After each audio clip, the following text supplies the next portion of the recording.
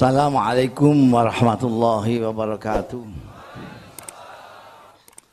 Kita bisa melebihi apapun, bahkan malaikat. Karena malaikat dia tidak bisa memilih apapun, dia harus baik terus. Kita bisa macam-macam, diberi nurani dan akal pikiran. Kalau Anda perhatikan sekarang ini banyak sekali manusia itu hanya kelihatannya saja. Hanya kelihatannya saja. Tapi tidak begitu manusia sebetulnya. Buktinya ada yang ngerasani, hati-hati, itu ganteng tapi buaya darat. Jadi dia tidak begitu manusia. Itu sudah separuh buaya. Hati-hati, itu cantik tapi ulo. Manusia itu kalau tangan kiri sudah memegang roti, tangan kanan memegang kopi, sampai tawarin coba, ini mas ada pisang goreng mas, matur nuwun, sampun, ampun matur nuwun, mesti matur, tidak mau dia, matur nuwun, kenapa? Tangannya sudah habis, tidak ada yang buat megang mas pisang goreng. Tapi kalau ketek, ketek itu monyet, munyuk, tangan kiri pegang pisang, tangan kanan pegang jambu, sampai tawarin roti, kakinya maju dia. Kiri kanan maju. Ini ada orang yang sudah begitu serakahnya itu. Jadi sudah rodok ketek. Padahal yang dihitopi, yang difirmani oleh Allah itu manusia, bukan ketek, bukan boyo. Mereka tidak wajib apa-apa. Yang punya kewajiban apa-apa itu manusia. Karena dia diberi akal. Sampai kalau mau nggak sembahyang juga nggak apa-apa, boleh, gampang sekali. Edanlah kamu. Artinya akal pikiran dibuang, sudah. Orang-orang yang nggak punya akal pikiran itu, kalau nggak sembahyang nggak apa-apa. Nggak punya akal, tidak mukalaf itu.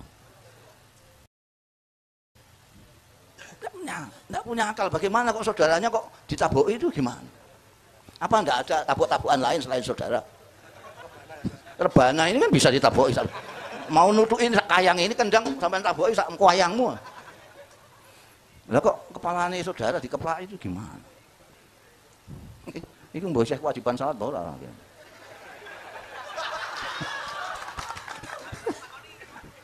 Jadi apa namanya? Kita itu itulah kurang syukur. Sudah dijadikan manusia, dimuliakan oleh Tuhan, kita tidak mensyukuri, malah mau kepengin seperti yang lain-lain. Kepengin seperti macan. Masuk Bonbin lihat macan gagah, wah kok keren gitu wibawa. Wah, pulang-pulang terus jadi macan. Bojone digrauti. Soantrine digrauti.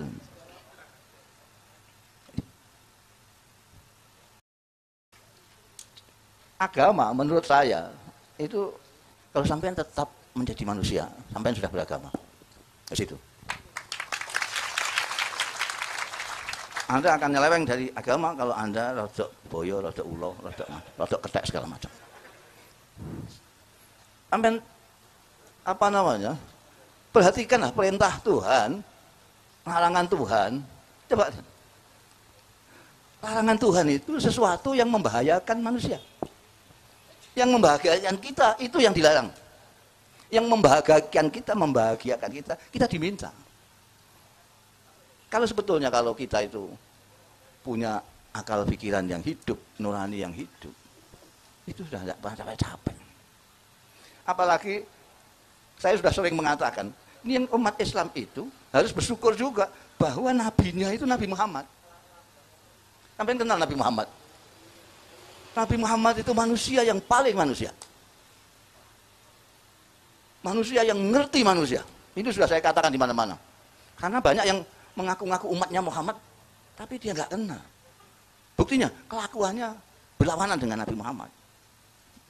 Itu bukti. Kalau ada orang mengaku umatnya Muhammad, tapi kelakuannya rujak sentul dengan Kanjeng Nabi Muhammad. Kanjeng Nabi Muhammad ke barat, dia ke timur. Sudah jelas bohong.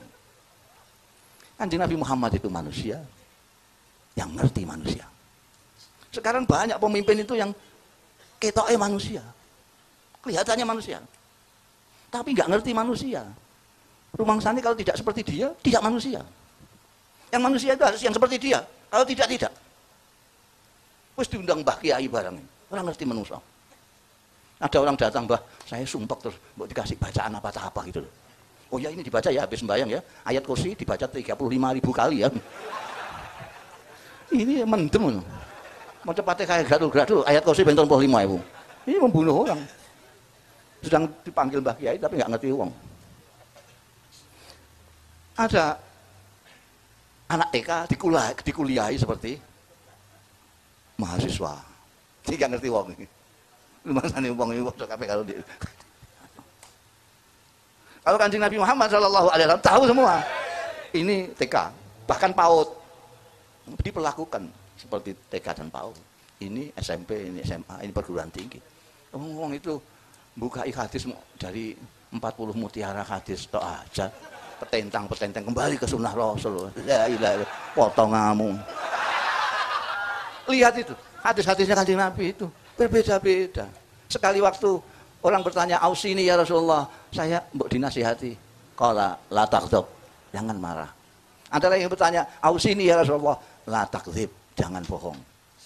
Kanjeng Nabi sendiri memberikan pesan kepada kita, khatibin nas ala qadri uqulihim. Ujari orang sesuai dengan taraf pemikirannya. Kita kan enggak sekarang ini semua digebyah-gebyah. Itu sudah dipanggil ustadz loh itu. Panggil kiai loh itu. Dia tidak ngerti orang. Kanjeng Nabi itu manusia, ngerti manusia, memanusiakan manusia. Ini yang pemimpin yang ini yang sulit, mengerti manusia dan memanusiakan manusia. Kanjeng Nabi itu tidak pandang bulu siapa tamunya. Kopi ya semua kopi. Enggak kok milih-milih gitu. Semua diladeni sama. Yang datang siapa?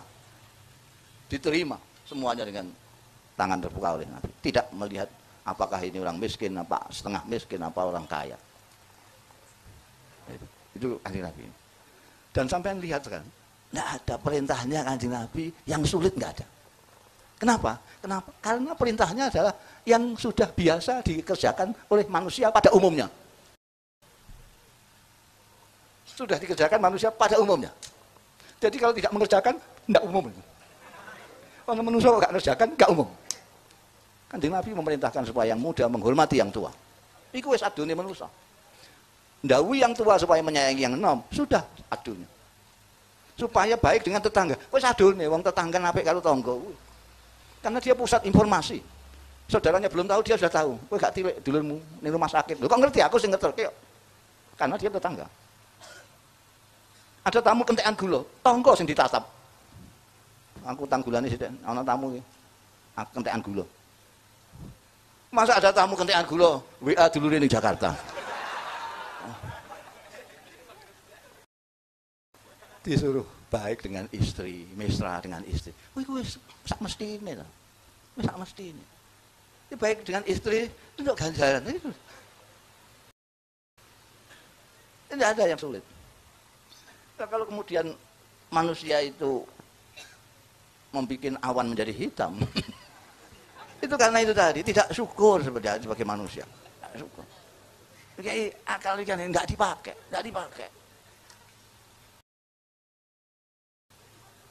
Lalu dia sendiri itu belum tidak tahu apakah dia masuk surga atau masuk neraka. Tidak tahu dia itu. Tidak tahu. Kalau tahu geblek.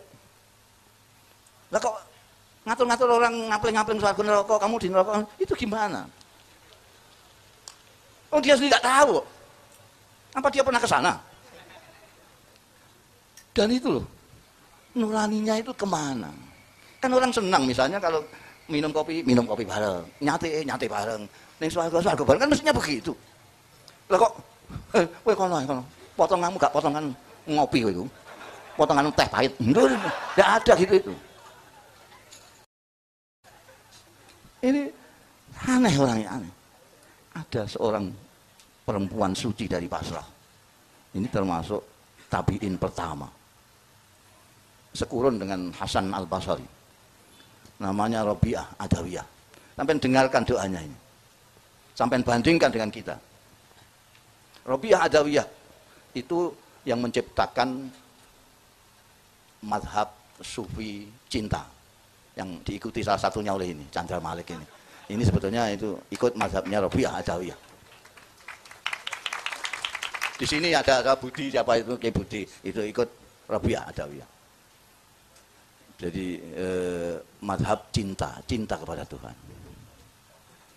Rabi'ah tidak seperti kita yang mohon swarga, nah, Allah masukna adkhilni jannata firdaus, gitu-gitu. Kita mintanya swarga, minta bidadari segala macam.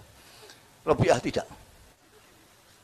Rabi'atul Adawiyah dari Basrah yang menyintai. Kalau aku menyintaimu ya Allah karena aku takut nerakamu, sekarang juga masukkan aku ke neraka. Kalau aku menyembahmu karena milik surgamu, larang aku, haramkan aku masuk ke surgamu. Aku hanya menyembahmu karena menyintaimu. Kalau aku nanti jangan halang-halangi aku memandang wajahmu. Wis kesuwen kedawat.